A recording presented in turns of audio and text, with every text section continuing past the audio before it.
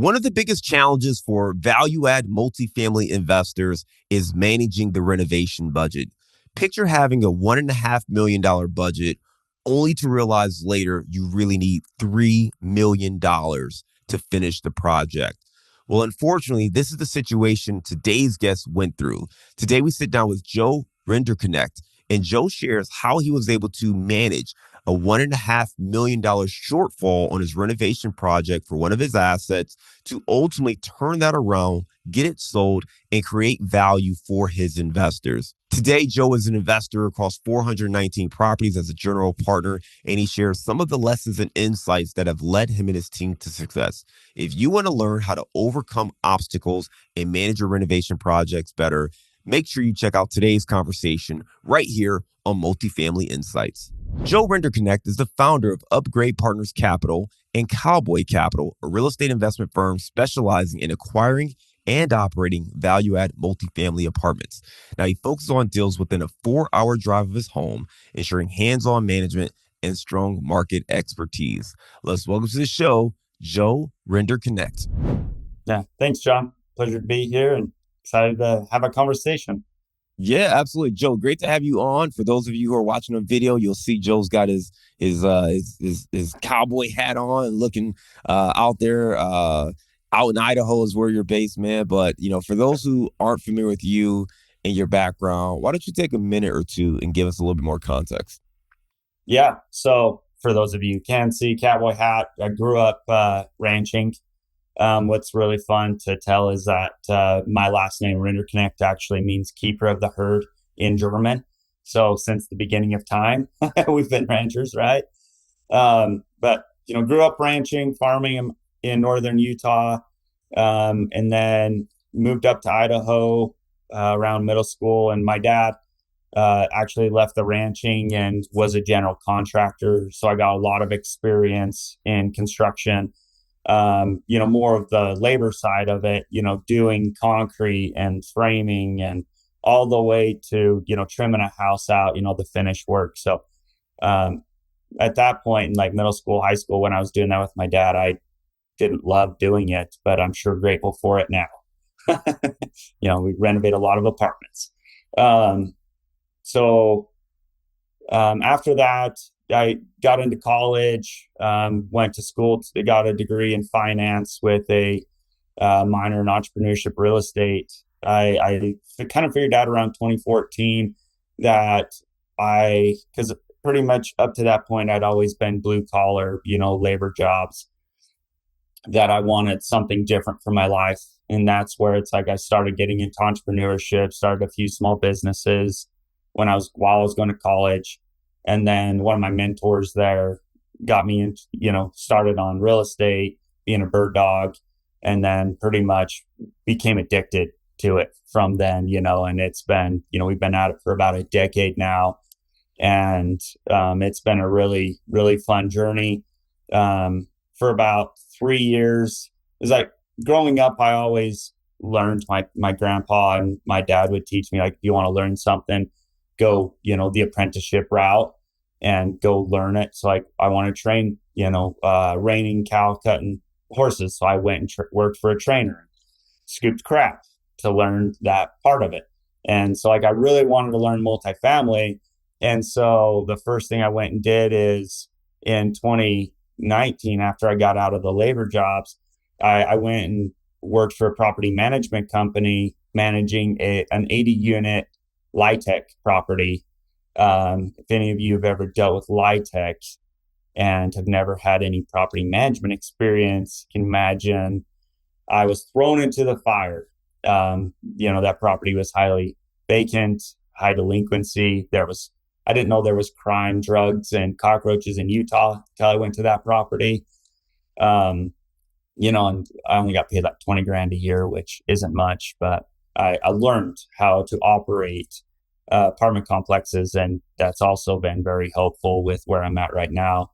And then I went and worked for a couple operators around the country, help pretty much learning the full cycle of a deal, right? From finding a seller, cold calling, underwriting, to getting under contract, doing due diligence, all the way to dispo, right? And then I really started buying apartment complexes myself in 2021, and the last 12 months have been the best 12 months of my 10 years into this. My partner Levi and I and our company Cowboy Capital, we bought 4 deals totaling 419 units across Montana, Idaho, Utah, and Texas. So kind of brings us to now. I love it, man. Well, congratulations on your success. I love your lesson, man, when you talk about just, starting off really in middle school with your dad, coming from a family of ranchers. He got into construction as a contractor, pulling you around on those jobs. Didn't love it then, but you grew to love it. And you mentioned, that you learned, hey, the best way to learn any new skill is by being an apprentice. And you talked about scooping crap. And then you talked about, getting into property management, that 80 unit LIHTC property. I was sitting here hoping you didn't tell me that you had to scoop crap at that property too, man. That Oh, would have been pretty tough, man. um, cockroaches. yeah, exactly. But you learned, you got your hands dirty. You learned the business from the ground up, and you've been able to kind of grow a portfolio in the last year or so, adding 419 units with your partner Levi. So let's talk about how you're able to make that transition, right? So you mentioned you worked a lot of blue collar jobs, but you went to school, you got your finance degree, you Yeah. understood from a business standpoint and as an entrepreneur how to grow and how to make stuff happen. What was the trigger point for you to make that transition to become a multifamily investor? Yeah, I think a lot of it um, had to do with mindset. I'm being completely honest, is like I'm the oldest grandson, oldest of my family, and so there's a lot of like traditional mindset in my family. It's like I've still got uncles and cousins that live on the ranch, and I grew up thinking that ranching and it was like the end all be all. Like that was my life because like since the beginning of time, right? We've been ranchers. And, my dad got into construction and I guess I wanted something better for myself and for my family instead of just always being in a labor role. And I started seeing what other people were doing while I was in college, like building companies that are, unicorns now. Right. And I just kind of gave myself permission to go for it, and to unapologetically go for what I wanted because like I started with a mindset of if somebody's done what I want to do, then why can't I? You know, and looking back now, like I learned so many values and standards from like the ranching instruction that like really served me now, but I think it was just giving myself that permission to do it. And I guess one other thing that I'll add to that is like why I made the change is um, this is kind of more of a personal story, but like back in 2013, I was in a really bad car accident and lost my little brother and grandma in that car accident. I'm lucky to be alive. And at that time, I was going to school to be an X-ray tech because that's what my parents said was a safe, secure job. And my little brother, he's only 22 months younger than me. And so I was 21 and he was 20 at the time. And like he didn't give a crap what other people thought. He went for what he wanted unapologetically. He was breaking the mold in every way. And so after he passed away, I kind of felt like, yeah, I got to go live with both of us now. And that's when I started just going for what I wanted instead of what other people wanted me to do. So I started living for me. Joe, I appreciate you sharing that, man. To be a little vulnerable, and I can only imagine the challenge that was for you both at that time and even probably today. But I appreciate you sharing kind of the light that came out of that, right? Was the notion of being able to live for yourself, for your brother, and to carry on, really the embodiment of what he stood for. And you know, sometimes tragedy has a funny way of triggering us to take motion, to take action. And I'm glad it was able to fuel you in that direction there. Yeah. What's been the biggest challenge for you? As there's obviously one thing when you're working for a property management company. There's something else when you're, working underneath your dad's apprenticeship. But as an investor, like it's there's only so much you could prepare for, right? There's only so many Yeah. books, podcasts, meant like you're gonna get hit with something you were not prepared for. You didn't hear about in any book or any conversation. What was that moment like for you? Yeah. I mean, I think the biggest way that I learned it was by doing it, going through that fire, right? Because like you said, between 2015, 2018, I was actually driving semi at that time. And when you're in the semi, you have hours of time, right? Like you're driving across the country. So I spent so much time in podcasts and YouTube University and, even joined a real estate, course. But you're right. It's just like going and doing it.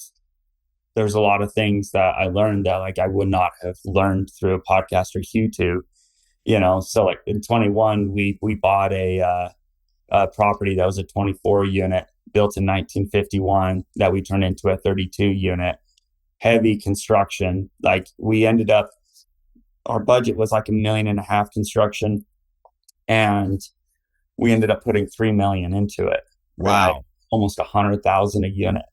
Like they're not going to teach you how to manage construction in a book or teach you how to deal with interest rates doubling and tripling overnight and contractors taking you for a ride, right? Like you got to be in the trenches. And I think like going back to your question is like the biggest way that I've learned is just by doing it and being willing to pivot and run with the punches and just make the most out of whatever situation you fall into. You said you had this project. You thought the rehab budget was $1 million. It ended up being $3 million. Yeah. Like 1.5 million is what we had budgeted.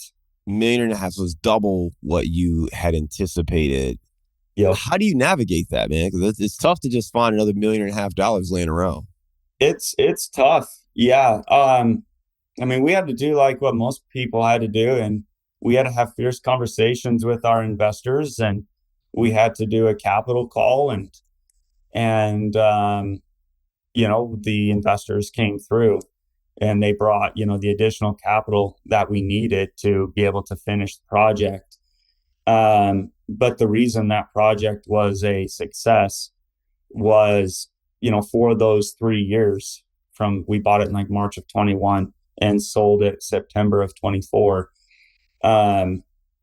We did have a couple like contractors take us for a ride. And the only way that we saved that deal was like I lived 30 to 45 minutes from the property, and I showed up 3 to 5 days a week. Me and my partners showed up 3 to 5 days a week. We swung the hammer ourselves. We stayed up multiple nights on end to, get ready for the C of O or certificate of occupancy. Right. And it's just like if we wouldn't have shown up and swung the hammer and managed subs directly, we would have gone bankrupt or been foreclosed on, and when we sold it, we there's something to say about, hey, you make your money when you buy. We bought it for 2 million and we sold it for 6.25. So that saved us buying it right and then being able to really implement our business plan. We just had some big walls and big barriers along the way. Yeah, and a couple lessons, right? So one is you're going to run into situations. Hopefully, you never run into a situation where your renovation budget is twice what you thought you needed. Yeah. But, you've got to navigate it. And Yeah. sometimes there are things you can learn, and sometimes there really aren't things you could have anticipated. You mentioned contractors taking you for a ride, so sounds like some personnel issues.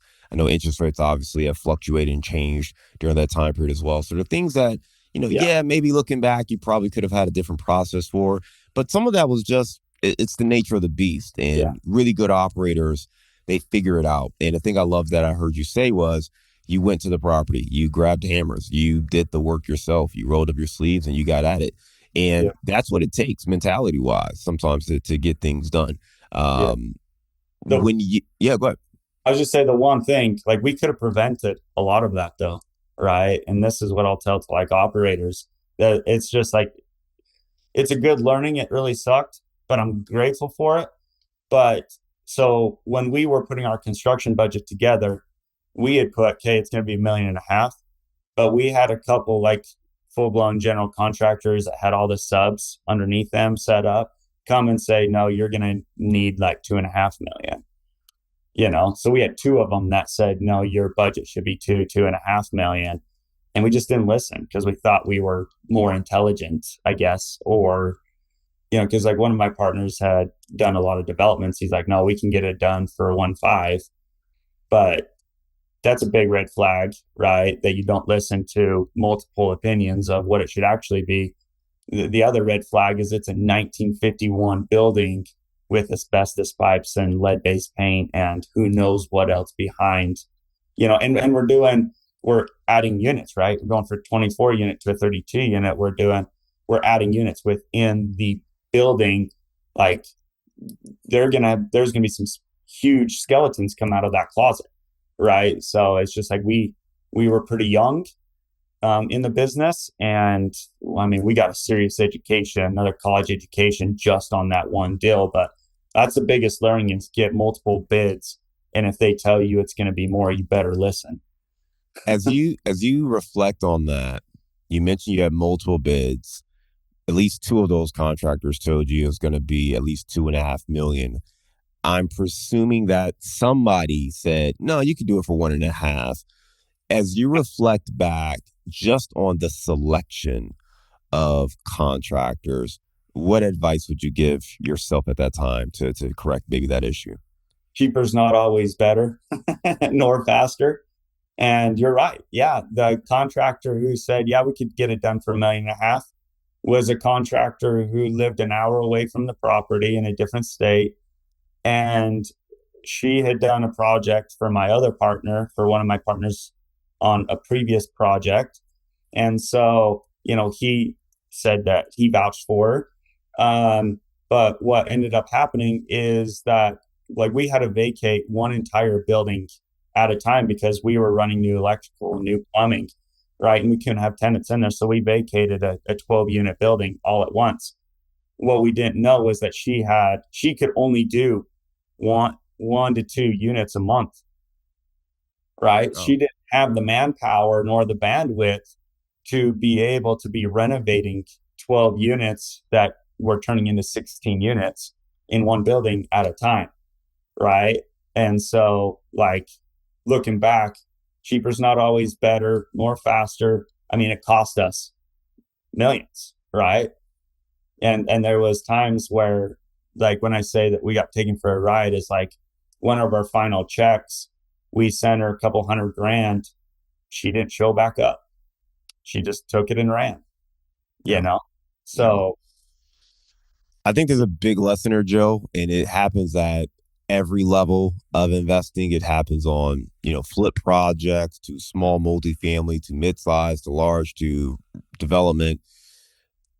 Cheaper is not always better. And I think the real insight here is find the people that have the experience doing the thing you're trying to do.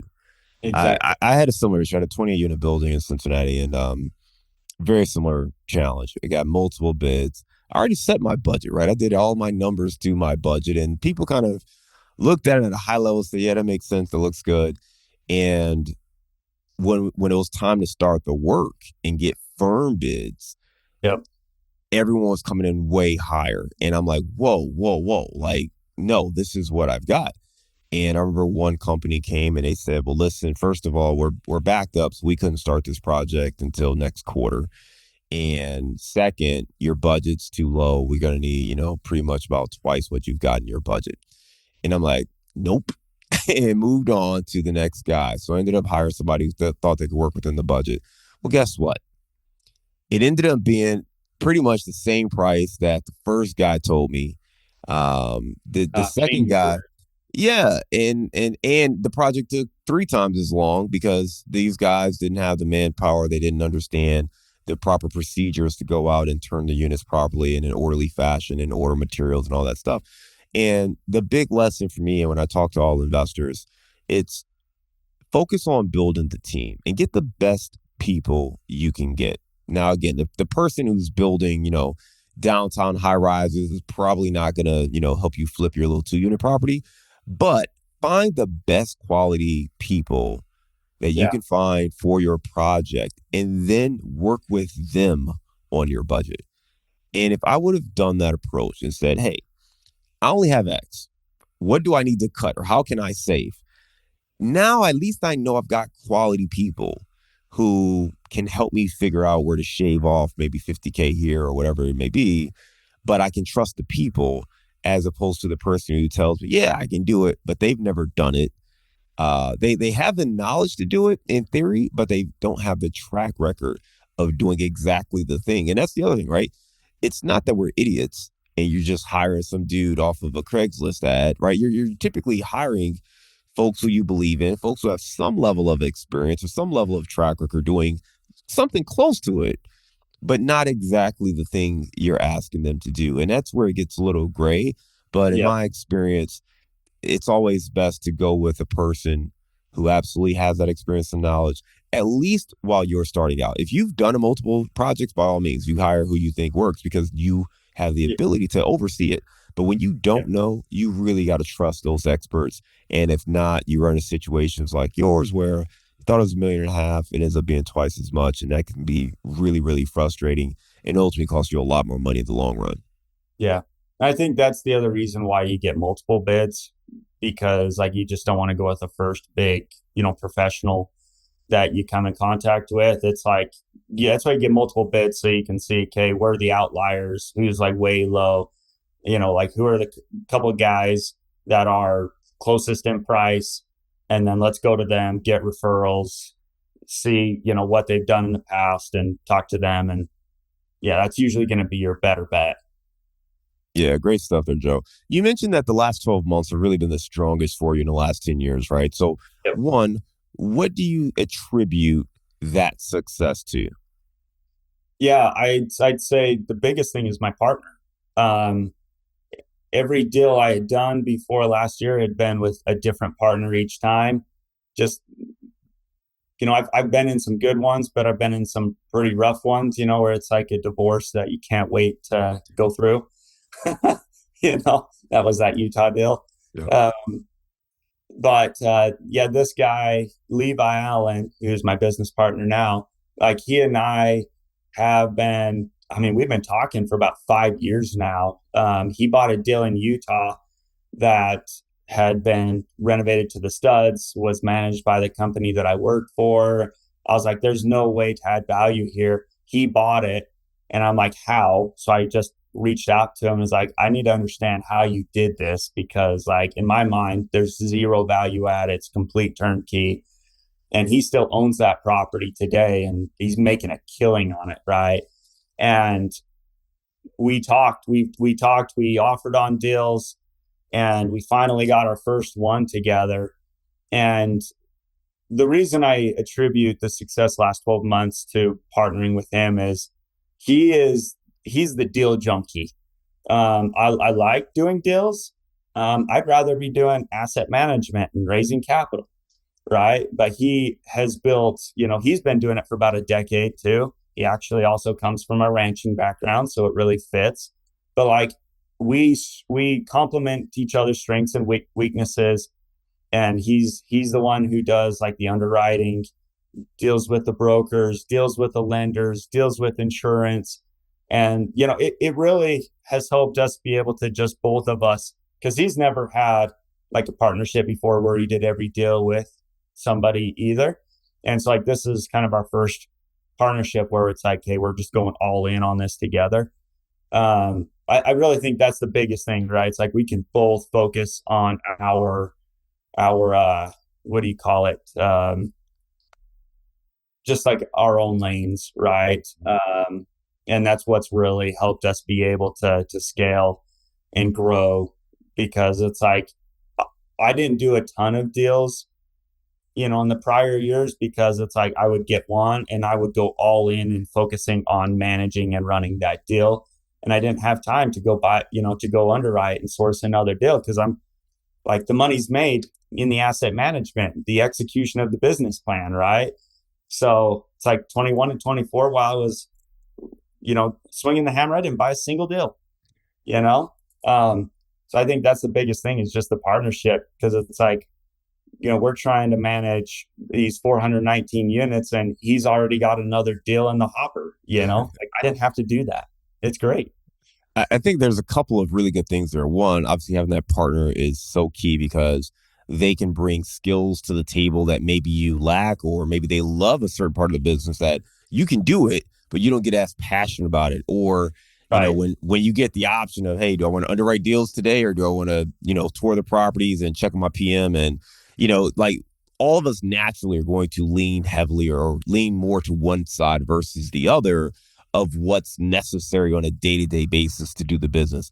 We all know we need to be prospecting. We all know we need to be talking to whether it be brokers or wholesalers or developing our acquisitions pipeline. We all know we need to be, checking in and managing the assets.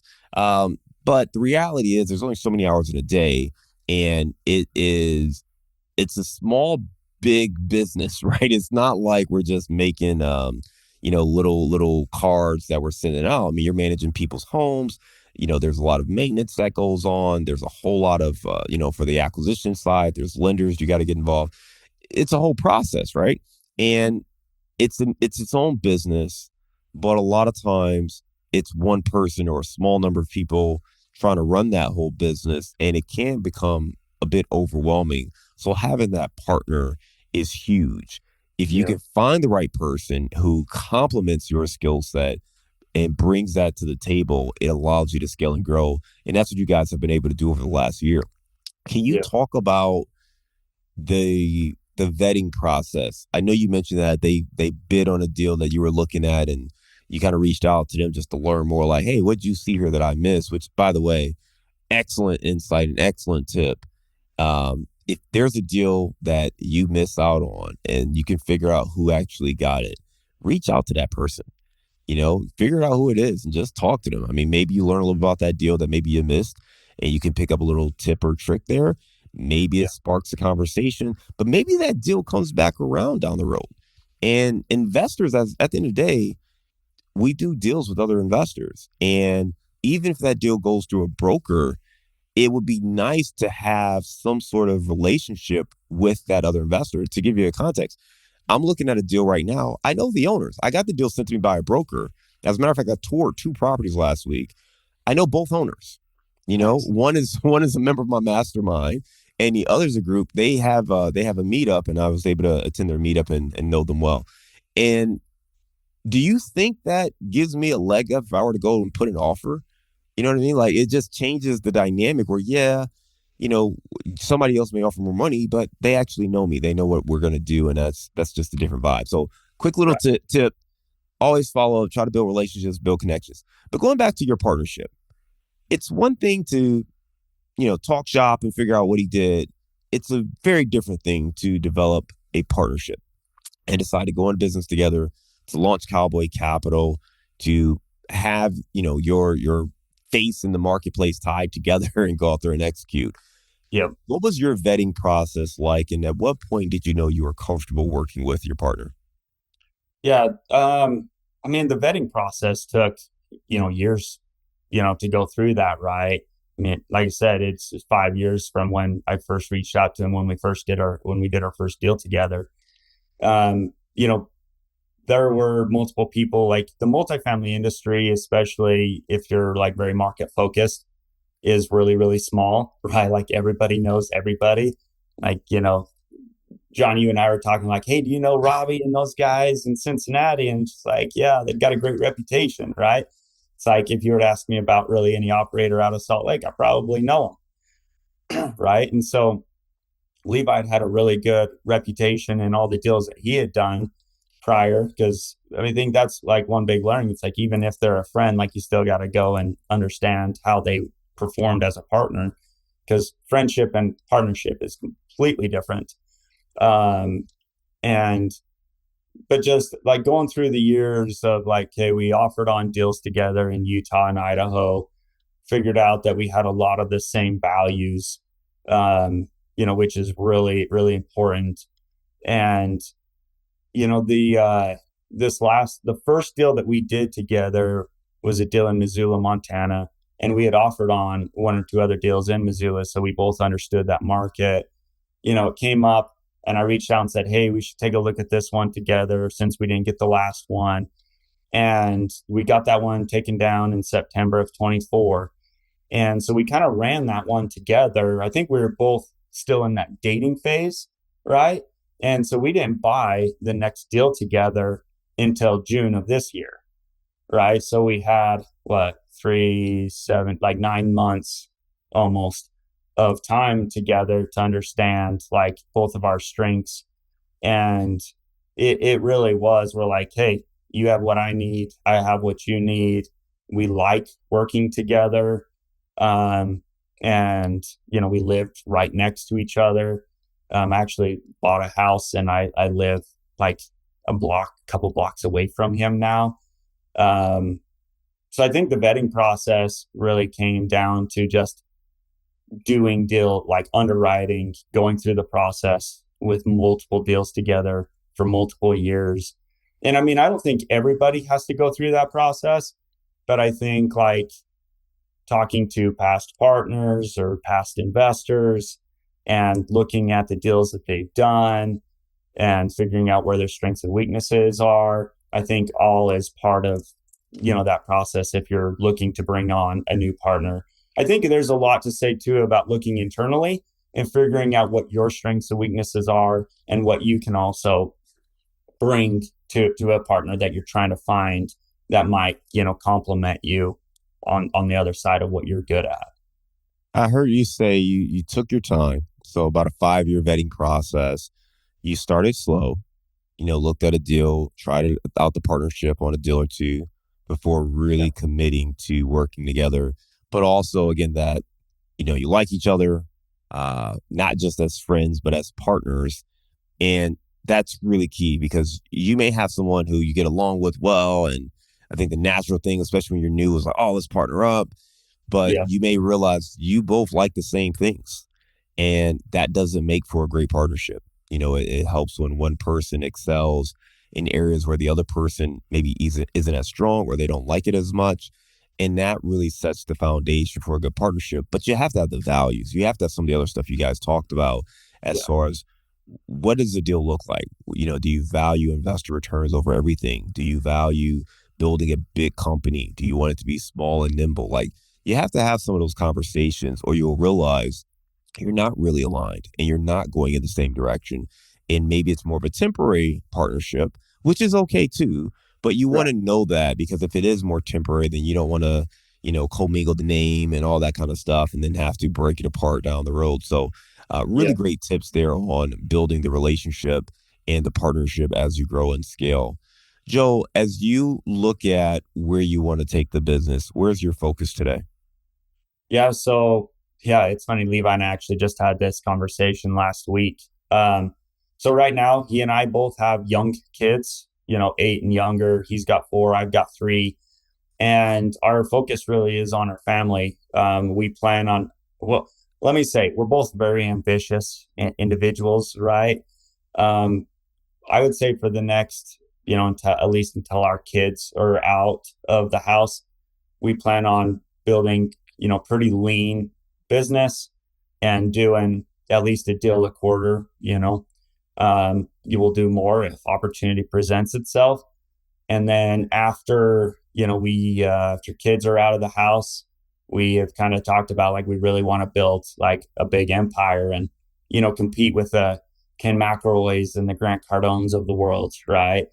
Um, but we're really doing this right now to just be able to have and spend as much time with our kids as we want. So, I love it, man. It goes back to the values, right? I mean, if one of you wanted to build big and the other's like, I want to stay home with my kids, it's probably going to be a misalignment. And that's why it's important to have those conversations. Joe, for folks who want to reach out and connect, man, your email is joe@cowboycapital.us. You can also check out the website cowboycapital.us as well. yep, yep, Awesome. Right reach now, out. yeah, please feel free to reach out to Joe. We'll put a link to that in the show notes there. Right now, we're going to transition it and go to our round of insights. When you think you found a great deal, asking the right questions could be the difference in finding a stud or a dud.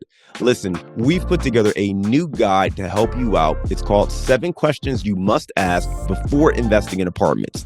Now, in this guide, you're going to learn how to uncover red flags, quickly identify underwriting risk, vet sponsors and team members, and confirm key assumptions. Now, this is a guide that's going to help you be a better investor, whether you're an active investor or you're a passive investor looking to partner with other operators.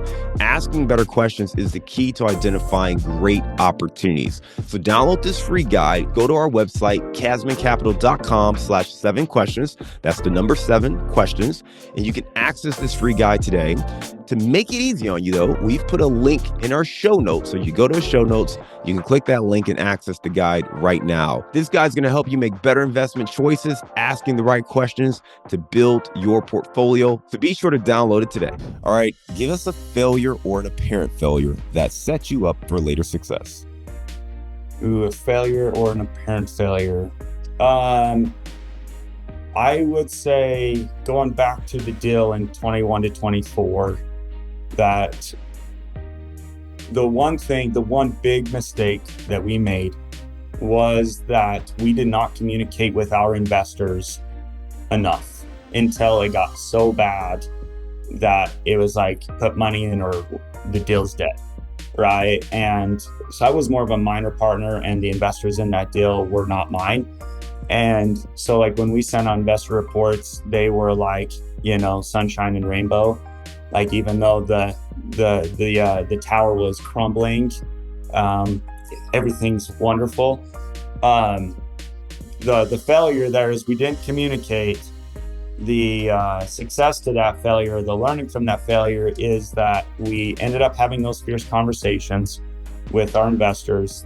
They, brought money to the table, and I built a really, really good relationship with one of those investors who brought the biggest bulk of that money.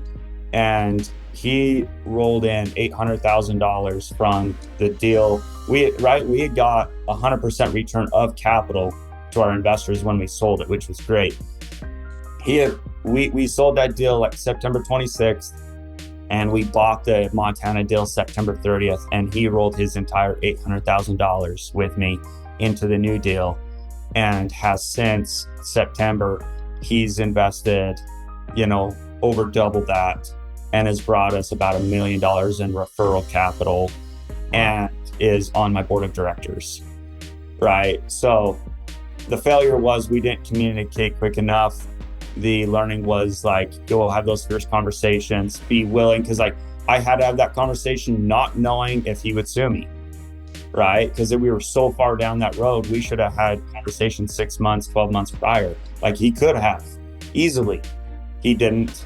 He worked with us, gave us some mercy, and now he's, one of my biggest investors. Great lesson there. Appreciate you sharing that. Give us a digital or mobile resource you recommend for our listeners. A digital or mobile resource. Your podcast is a great one. I think podcasts in general, I think YouTube was a really big thing. I think podcasts are now like kind of the new thing. It's like, hey, you can, like your podcast, 30, 45 minutes, jump in and get some insight really quickly. It's like, you can learn from my mistakes of the construction and the communication. So where it's like, you don't have to go through that learning curve, right? I think podcasts can really help people with cutting down learning curves. Love it. Listen to your podcast more. Give us the book you've recommended or gifted the most in the last year. Well, I will show you two right now that I'm reading. So Best in Class by Gary Lipsky. He's Brick-A-Day Capital asset manager out of Phoenix. And then I have been studying again, and this is kind of the asset management nerd in me, but these are both books, if you can see that, from IREM, the Institute of Real Estate Management. So it's called What Real Estate Asset Managers Do, and then Investment Real Estate Finance and Asset Management. So has more of like your institutional level like practices when it comes to asset management. And we're always looking to improve our operations and our KPIs and just how we do business in executing the business plan. And so those books have been fun to go through as far as really bettering our asset management. Give me a daily habit that helps you stay focused on your goals. So every night I have a coach that I do this with, but I send what my wins are for the day and what my top 3 tasks for the next day are. So the way you win the day is by planning the night before. Love it. Love it. Great stuff there. Give me your number one insight for overcoming obstacles as a multifamily investor. Number one, say it again, the number one. Your number one insight for overcoming obstacles as a multifamily investor. Action is the cure for anxiety, being overwhelmed, analysis paralysis. I just say, if stuff's tough, if things aren't going right, take action, right? Sitting there and freaking out about it and not making a decision just continues to make it worse. Just make a decision. You'll find out if it's right or wrong, but at least you're moving forward. I love it, man. Good stuff there. Well, let's lighten the mood, man. You're out there in Idaho. Give us your favorite place to grab a bite to eat. Oh, my favorite place. I mean, really any good steakhouse. Trying to remember the cafe here that I really like. I can't remember what it is, but the next best, we'll call it Red 8 Sushi. I love sushi. There you go. Sounds like a good choice, man. Listen, when it comes to a steakhouse from a rancher and someone who comes from a rancher family, I mean, definitely going to take your feedback and your recommendations there. Joe, great stuff, man. A couple things stand out to me. First of all, just the background, the apprentice mentality to just learn from the ground up, getting your hands dirty. And that obviously has paid off in multiple ways for you as you got more into multifamily. Talking about that deal where you had a $1.5 million renovation budget, it ended up ballooning to $3 million, and just how you navigated that challenging environment to ultimately find success. And then talk about the partnership, how you're able to do more deals over the last 12 months than you did over the previous, maybe 5 to 10 years, really because of the partnership and just aligning your skill set with someone else that you knew, liked, and trust. And that has allowed you to really grow and scale your portfolio. Again, for folks that want to learn more, connect with Joe. His email is joe@cowboycapital.us. Joe, thanks again for being a great guest and coming on the show. We look forward to staying in touch with you, and I hope you have a great day.